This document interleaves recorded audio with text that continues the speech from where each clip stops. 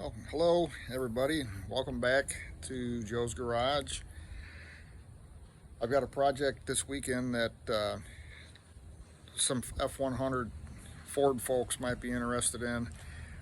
So let me show you what I'm working with, and I'll tell you what we're doing. So this is my 71 F100, affectionately call her Sweet Pea. As you can see, it's lowered and on 20-inch steelies. I've got a 390 gear in the rear, or 389 I should say, 5-speed trans. I got a built 302 in there. She's, healthy enough. I want to go bigger, but she's good for now. And you can see I've got a new steering box, but no power steering. And I decided to go ahead and do something about that. So over here on the table, what we've got is a epas performance electric power steering motor. And how this works is this motor here gets mounted on these trucks. It gets mounted on the outside under the hood between the power steering box and the firewall. So it'll go right here, and you have to cut the steering shaft, and you cut the tube and the column and a little bit, not much, but a little bit, and then run the wire loom in. And this is the control for it here. It's got a little potentiometer to adjust the sensitivity, and it looks like a pretty slick little kit.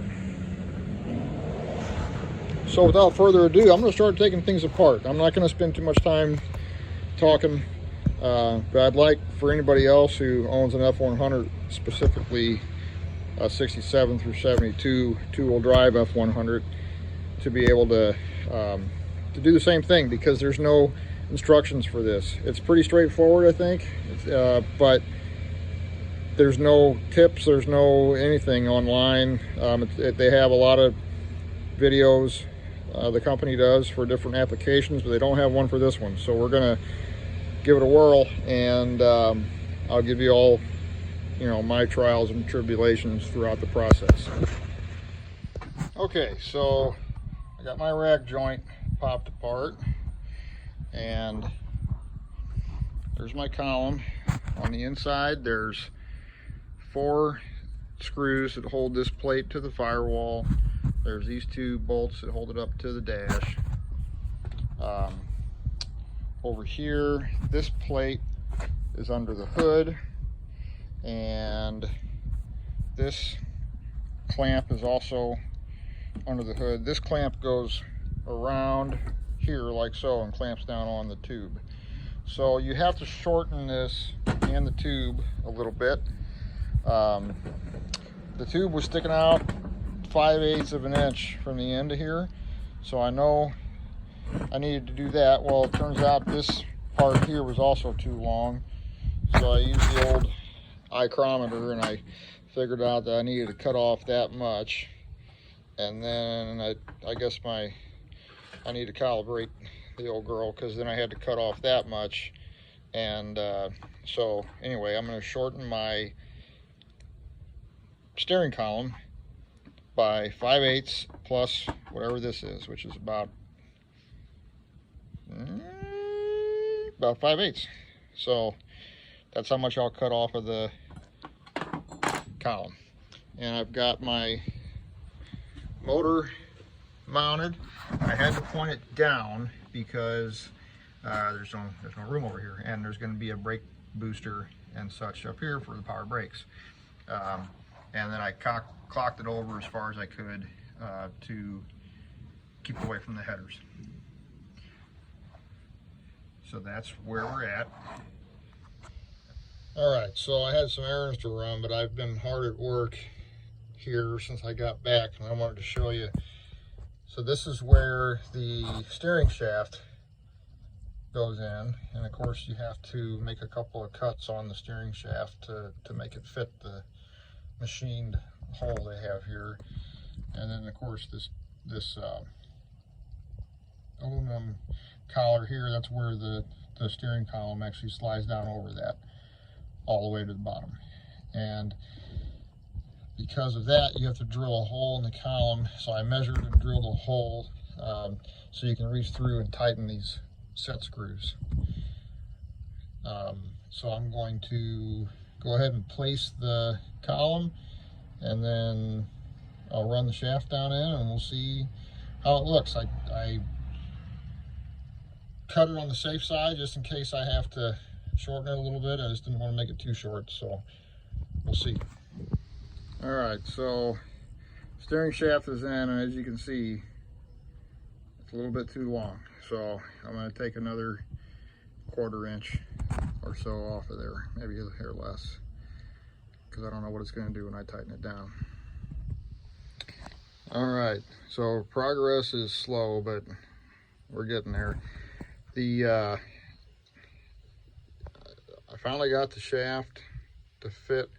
You know, you have to reach down through here and get it in, and that was quite the ordeal. I finally got it in, and then I hear a tink-to-tink inside the tube, and I look down in the tube and I see Mr. Set Screw, this little mother effer right here, sitting in the bottom of the tube. So I had to pull this back out, get the set screw, put it back in. Then there's a bushing, this little guy, that goes inside here that you know, this rides on, and I couldn't find that. And I'm looking all over. All of a sudden I'm like, where in the hell did the bushing go? I'm looking all over for it for 30 minutes probably, round and round. I'm just about to give up, you know, throw in the towel, and then I look at the bottom of my magnetic flashlight, and there it is, stuck to my flashlight. So good times. Anyhow, I'm going to try to get this together, get the steering wheel on tonight, and then it's at least drivable. Because what's cool about this power steering setup is that if it goes out, or if you have a problem with it, the truck will drive just like it's got, you know, standard steering. So that's kind of cool. But anyway, probably see you in the morning. Okay, so here we are, Sunday morning. I got a lot of rain yesterday, so it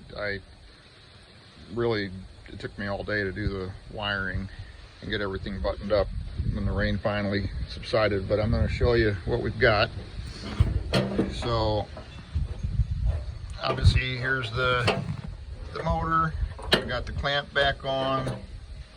They tell you to stake, what they call staking the motor. So you can see right here, I drilled and tapped a 1/4 bolt through, so it goes through this clamp, it goes through this backing plate, it goes through the steering tube and into the motor itself, so it can't move. I got a grade 8 1/4 bolt going through there. I bought a 3/4 inch bolt, and it was perfect.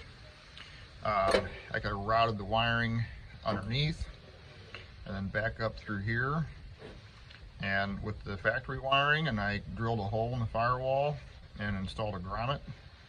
There's a battery wire that goes across all the way over, and I've got it hooked on right at the starter solenoid. That second loom is from an existing wire that was there. I just wanted to make it look better because it was just draped over everything.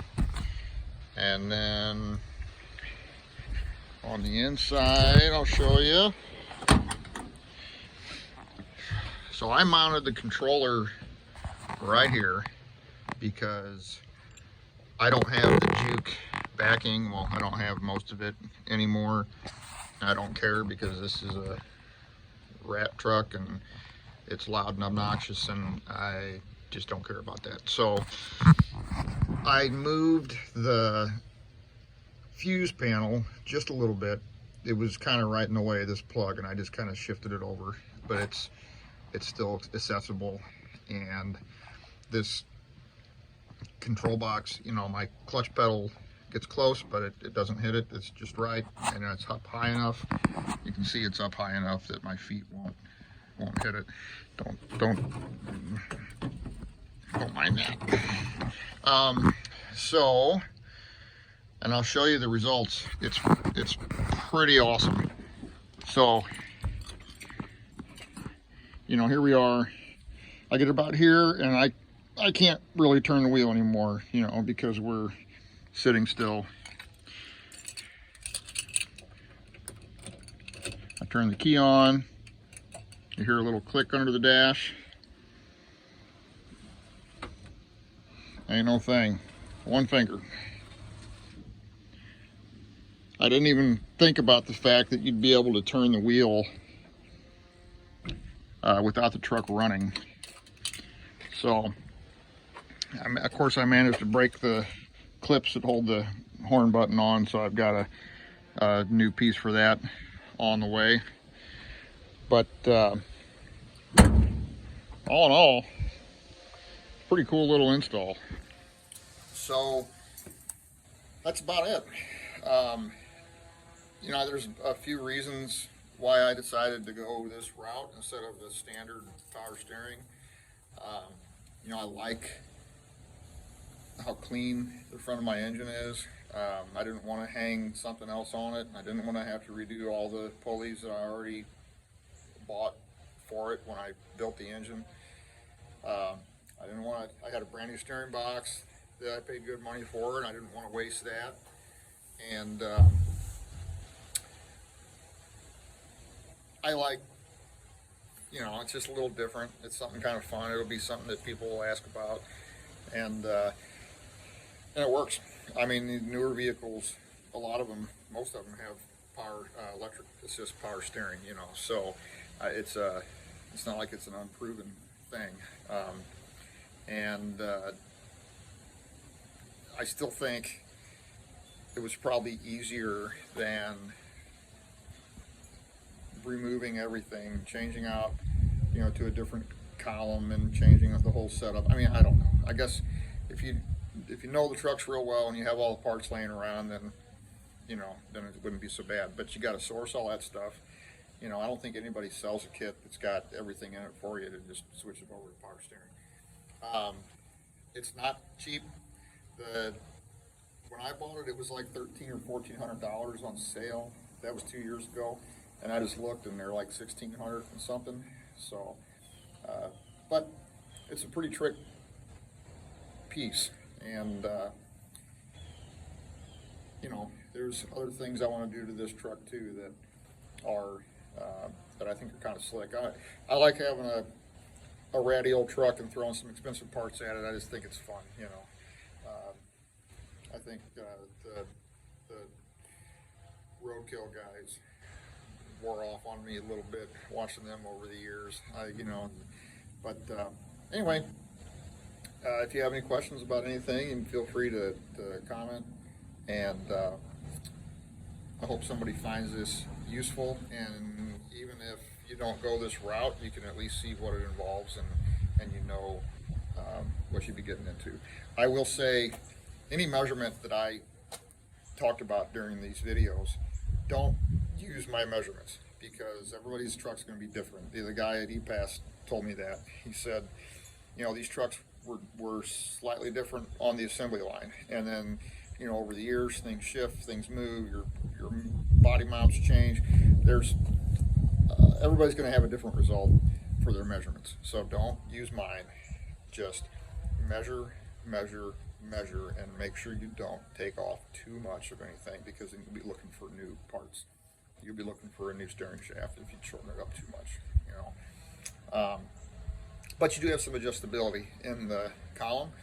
It's got slots, you know, where it mounts, and you got about 3/4 of an inch of adjustability that it can slide in and out. So, so there's some wiggle room, you know. But anyhow, hope you find it useful, and thanks for watching.